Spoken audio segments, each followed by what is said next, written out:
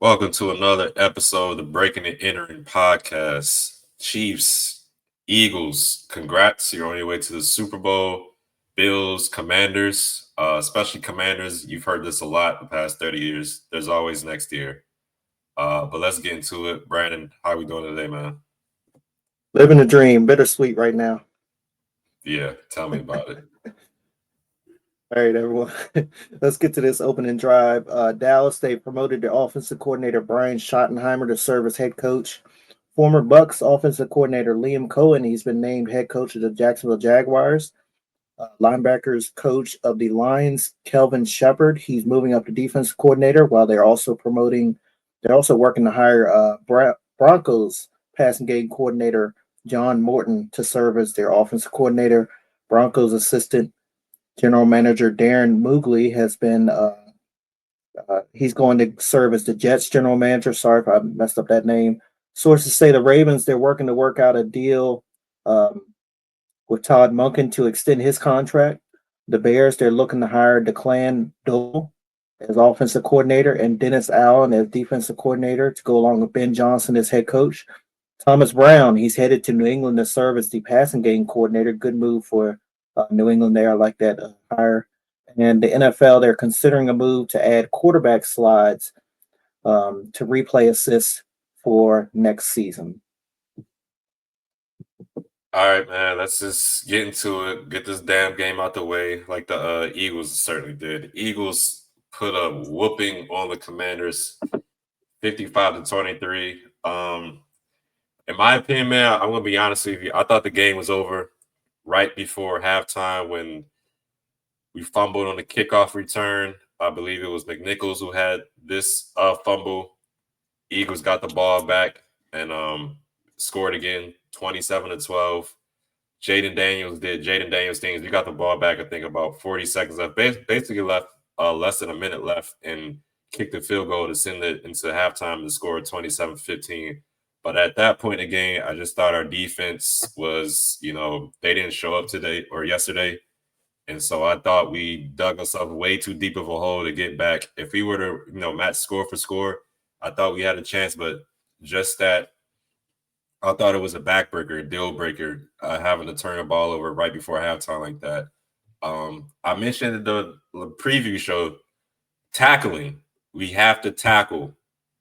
I mean, first play of the game for the Eagles, and yeah, I'm looking. I texted you. It was like pathetic display of tackling. Quan Martin, um, can't think of the other guy's name. Jeremy Chin, both with the guys whiffed on the tackle. I mean, it kind of reminded me back in the day when I used to play the Madden games, Madden football games.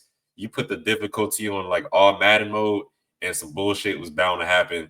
And that was definitely one of those things that was just like, really, guys, you can't tackle. I'm not even going to mention Bobby Wagner tripping over Dante Fowler because he probably would have got to him first. Who knows if he made a tackle? I think he would have slowed him down, at least touched him, because that first play, Saquon Barkley didn't get touched until he got 15, 20 yards down the downfield. I was just like, oh boy, here we go. Here we go, man. I mean, the first drive that we had, it looked good. It looked promising. Think we had about 15, 16 plays. It ended in a field goal. I think Tom Brady, I was a little confused as well. We kept getting the fourth downs where we can convert. Then we got closer and closer to the red zone goal line, and we decided to kick a field goal. I mean, at one point, I get it, take the points, but at the same time, I was kind of thinking what Tom Brady was thinking, like, what? You're going to kick the field goal now? Go for it again. I don't Yep, know. I mean, twice. hindsight, 2020, who knows? But I don't know, but I don't know what to say, man. Just I had a feeling, even though I guarantee we would win, that was more wishful thinking going into this game. I just did not think we would win. I thought overall the Eagles were the better team. And for the most part, no one showed up except for a few guys on the offense: Zach Ertz, Terry McLaurin, Jaden Daniels, a couple of offensive linemen. But other than that, I mean, I texted you a couple of times. The kick returns, not just the fumbles, but I mean the first kick return of the game. I think it was Austin Eckler, if I'm not mistaken, muffed the ball a little bit when the first kickoff. Then there was Jerry McNichols situations. I mean, Luke McCaffrey, he ran into his own down blocker at one point. I mean, it's everything we tried. besides Jaden Daniels was not good. The defense, I don't really want to get too much into it because I might blow a gasket if I get too into that. I'm definitely going to get passionate about that. But salute to the Eagles. Saquon Barkley did whatever he wanted to out there. Jalen Hurts did whatever he wanted to out there. AJ Brown, that is the one Eagle I cannot stand. He's been a pain in my side ever since he's joined the Eagles. We can't do nothing to stop him. The addition of Marshawn Lattimore hasn't helped yet. Hopefully going into next year it does. But 4th and 5, AJ Brown looked like a go route to me. Beats Lattimore right off the jump, gets a 30-yard reception. I was just like, oh my God, man. Can we do anything to stop these guys on defense? Even when we do stop them, it's a penalty. I mean, I'm not even going to get into like the 3 or 4 goddamn encroachments off sides while they were just moving the ball a centimeter more and more, and the refs were like, okay, y'all keep doing this, we're going to get them a score. I'm like, what the hell are we doing here? This is all in the second half. At that point, I really thought the game, like I said, was over. So I was watching the game, but I wasn't watching the game. First half, I was glued to the TV. Second half, I was looking at my phone, looking at my computer, thinking of other stuff while watching these. Yeah, man. Good win for the Eagles. I doubt you're going to have an easy game when y'all face the Chiefs in the Super Bowl in 2 weeks. I mean, 3 turnovers, 1 turnover by Jaden McDaniels throwing that interception. But at that point, I mean, the game was already, written. Just tough loss. We got a lot to build on. There's a lot of stuff I think we need to improve on if we want to get better next year. But yeah, man, I'm gonna let you talk because I just nasty taste in my mouth. I got my damn family writing on Facebook, "Yay, go Eagles! Woohoo! We whooped up with all this stuff." I like, yeah, okay. But yeah, man, what did you think of this game? So I didn't want to say this before the game in our previous show, but I've seen this story before. DMV team with a rookie quarterback make it all the way to championship round. Got to go on the road. Keystone State, player division rival. That was us in 2008. The Baltimore Ravens with Joe Flacco got emotional loss up there in Pittsburgh. It was a little bit different outcome as far as how it ended, but same result. But yeah, back to this game. First half thoughts, the turnovers were the difference early on. 2 fumbles, as you mentioned. The Philadelphia offensive line, though, they were struggling pass protection. Jurgens was out. Dickerson was banged up. They were shuffling guys. The early on, y'all was getting some push, though. I gotta give it to y'all. I'm sorry. Y'all special team was some ass, like you mentioned. Y'all needed to keep y'all cool. Sanders still got penalized on a late hit on Barkley on the Eagles' final drive. Would have been a 4th down, plus the Lattimore penalty on the Hurts touchdown as well. I think you texted me and said Lattimore need to get it together. He got beat like a dog. But yeah, out of halftime though, Philadelphia just got that pass game going, and specifically Dallas Goedert, he got it in. Dallas Goedert, 7 receptions, 85 yards. Bit of a controversial series, as you mentioned. Philadelphia 1st and goal to Washington 1. Y'all stopped the push twice. 3rd time you jumped off sides. 4th time it's offsides. Again, it was on Luvu.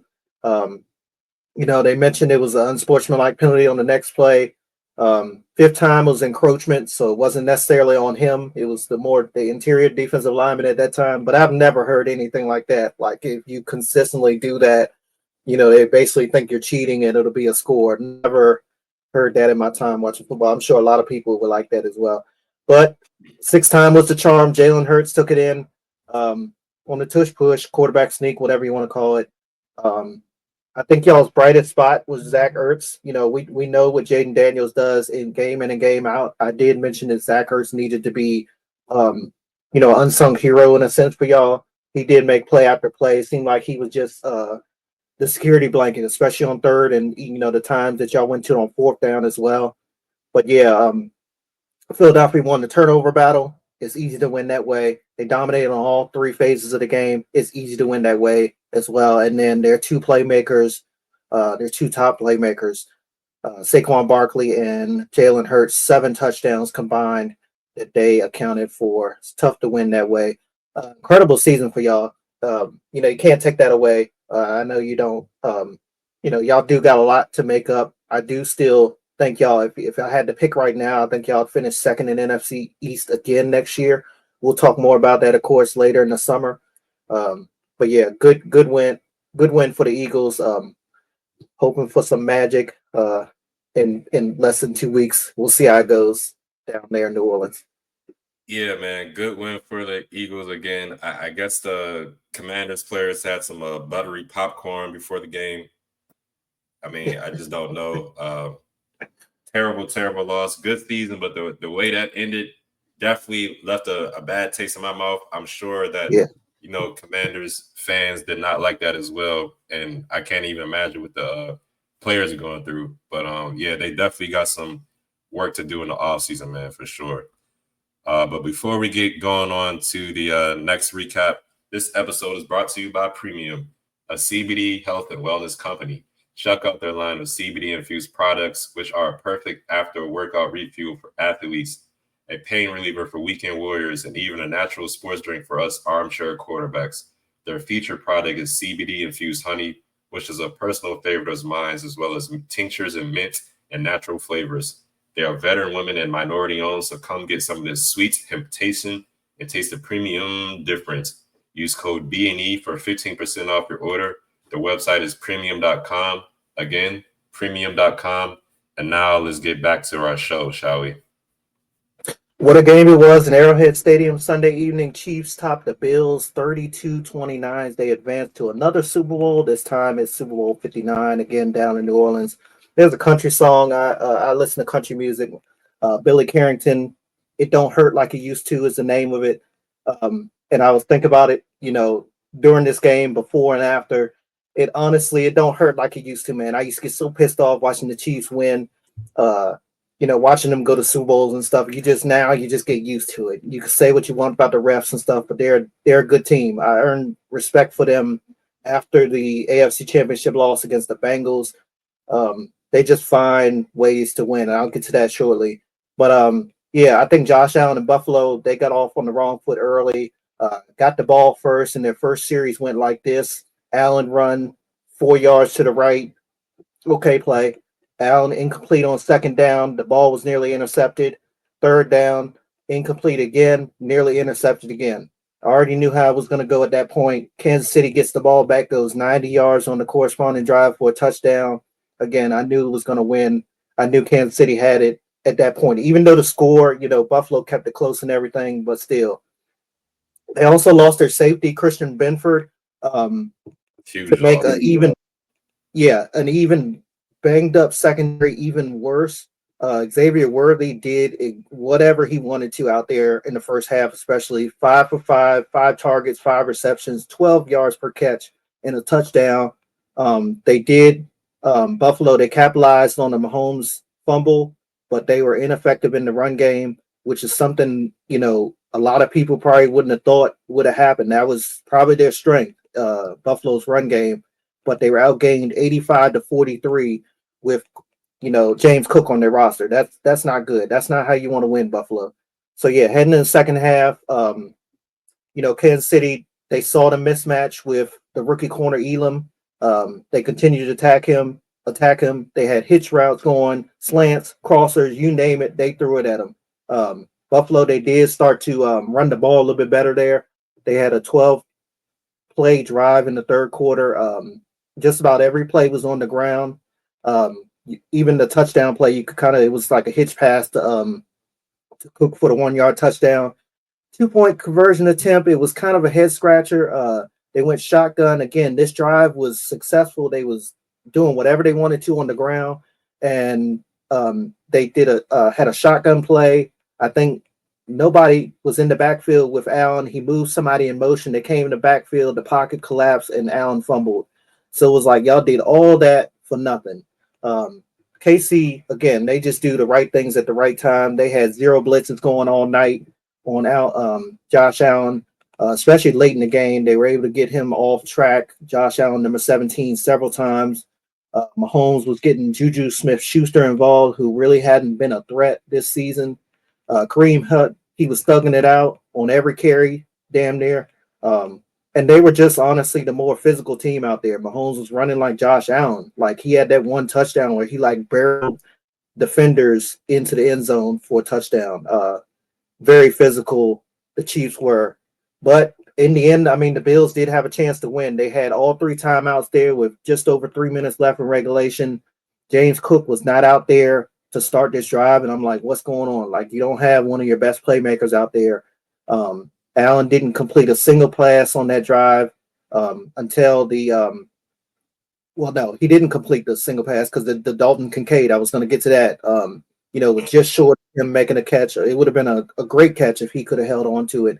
But that was pretty much the nail in the coffin because Kansas City got the ball back and they did what they needed to do to run the clock out. I told you, I think off air last week that Buffalo, the key to victory would have been scoring 37 points. And that's because Kansas City hadn't scored more than 29 entering this game. And of course, they got 32 in this one. I think that 37 would have been enough cushion. So hopefully Philly does that in the Super Bowl. But yeah, when it matters the most, again, Kansas City just makes the plays. They make the adjustments. They make the moves to get it done, especially in the postseason. And I guess it is kind of a win-win for me because I don't have to buy that Josh Allen jersey like I promised y'all in the previous show. What are your thoughts on this one? Did you watch? I watched this game, but I was still frustrated the way the Commanders looked out there. So I had it on, but at the same time, I was kind of doing what I was doing the second half of the Commanders games, looking at my phone and stuff. So I want to get right into the end of the game. That fourth down failed attempt by the Bills, man. At first, I thought when Josh Allen heaved it up, I was like, damn, that's a sucky way to end it. But then, like you said, Kincaid was right there. I was like, oh, shit, they got to play.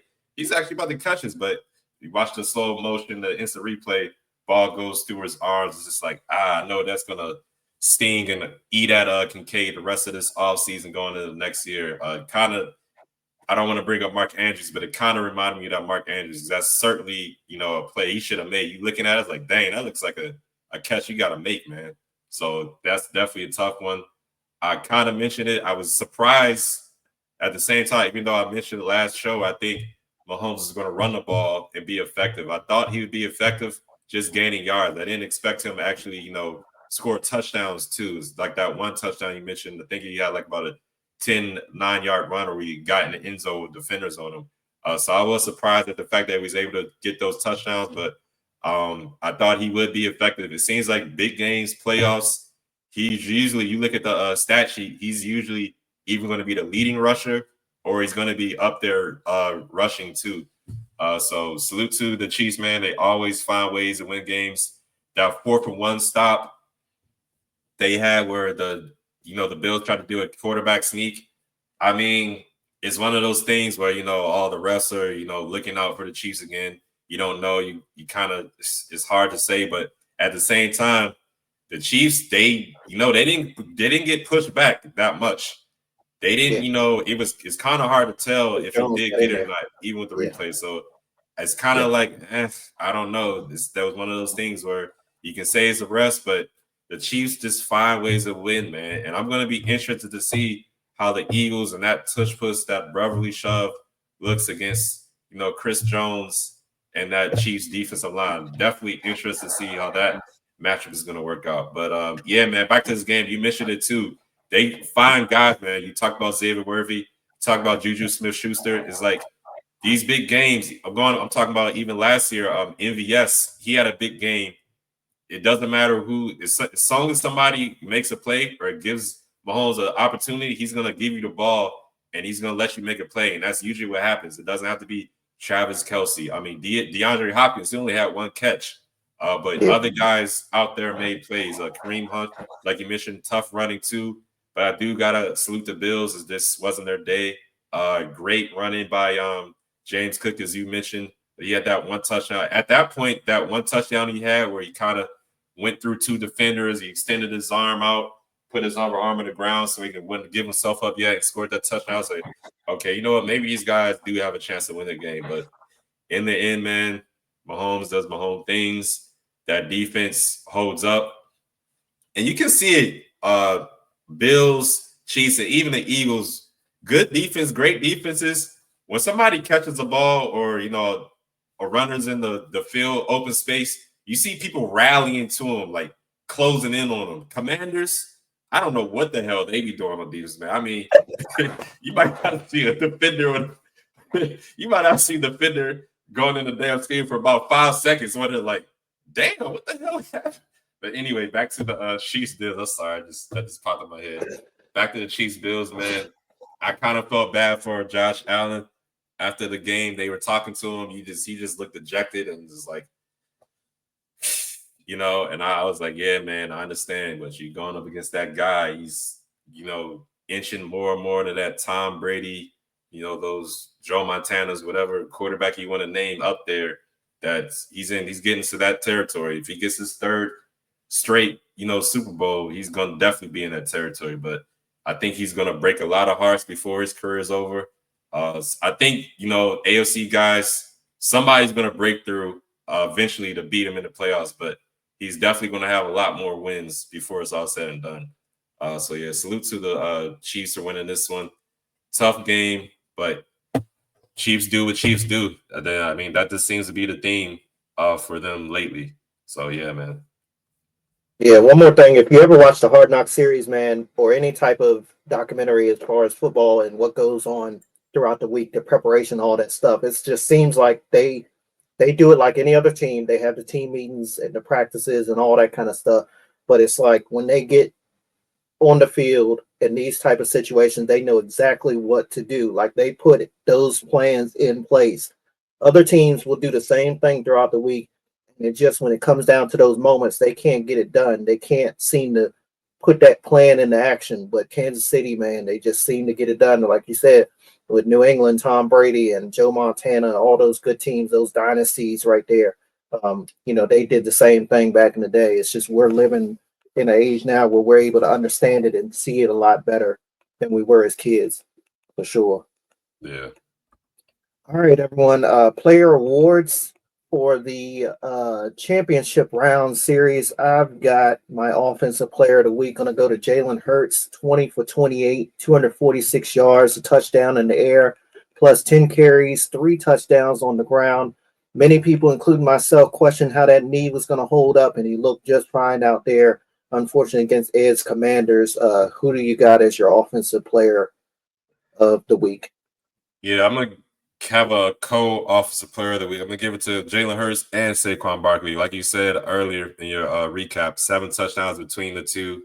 They did whatever they wanted to, when they wanted to, man. Total dominant performance by Saquon and Jalen Hurts. I cannot stand the Giants even more now for letting Saquon go, and he goes to a goddamn division rival who just tipped it all. So, yeah, Saquon and Jalen Hurts are my co-offensive player of the week awards. Defensive player of the week, I talk about him a lot. I really wish he could come to the Ravens. George Karlaftis. He wasn't on the stat sheet as much in this game as I thought he was going to be, but he was a key part of that final play for Buffalo. 4th down, that Kincaid incompletion, that Kincaid drop, whatever you want to call it.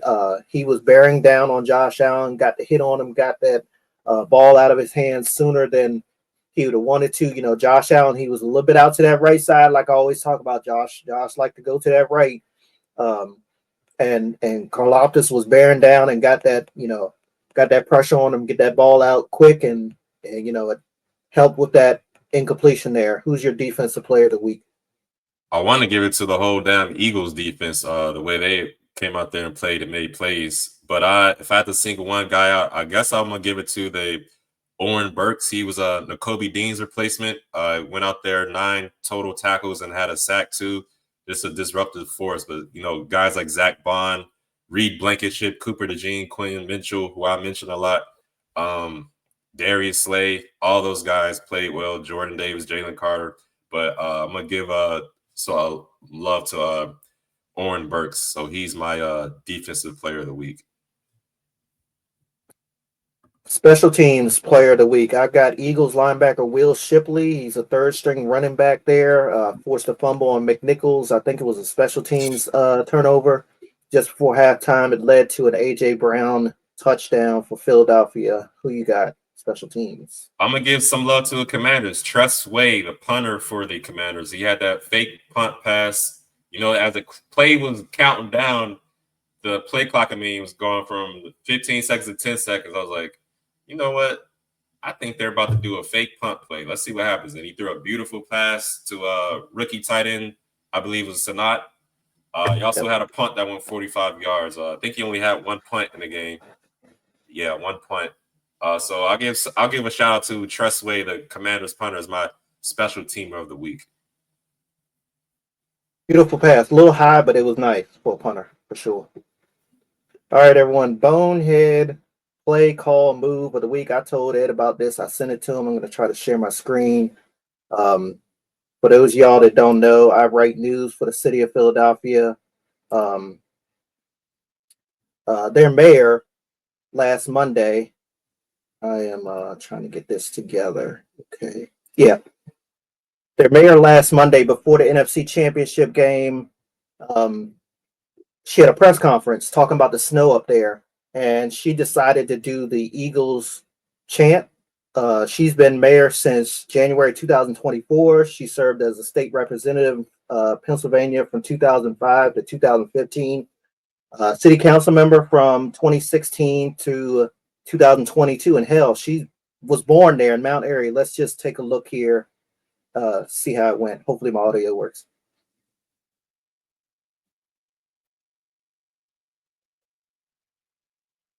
Okay. And it's I don't know, man. Like I said, she was born there. She's been in politics all them many damn years. And she came out and said, that they make mistakes, and how did she forget how to spell Eagles? But if y'all didn't hear it or see it, it was ELGSES. Everybody knows the Eagles chant up there in Philadelphia. Even children know that. They do it all the time at that stadium. Like, how do you not know that and you misspell it? So that's my bonehead move of the week. Philadelphia Mayor Sherelle Parker absolutely butchering the Eagles chant there in the city of brotherly love. How about you? Hell, you could say the whole damn game for the Commanders' bonehead play of the week. You name it, from Marshawn Lattimore getting to AJ Brown getting his helmet ripped off, Mike Sainristil. Even though I think that Mike Sainristil play was bang play. Yes, Saquon was going out of bounds, but by the time Sainristil was putting the shoulder into him, come on. But if I had to single out one bonehead thing, it was we both mentioned it, the multiple encroachments offsides during that play, that series of the brotherly shoves. I'm just like, what are we doing here? Like, come on, man. At this point, it was just like, can you just get the game with over already? I'm tired of watching this bullshit. That's how I ended up being. But honestly, that whole game, besides a couple of guys like Jaden Daniels, Terry McLaurin, Zach Ertz, the damn punter Tress Way, bonehead plays all around. Even the play calling, we were talking about that 1-2 point conversion with Kingsbury.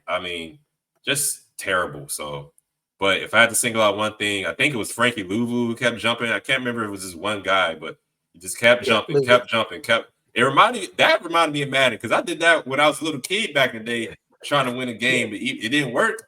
Time kept running out. They would just get more and more down the field. So, yeah, man. Salute to the Commanders, man. Good luck next year. Better luck next year. As always next year, I guess. That's all I got.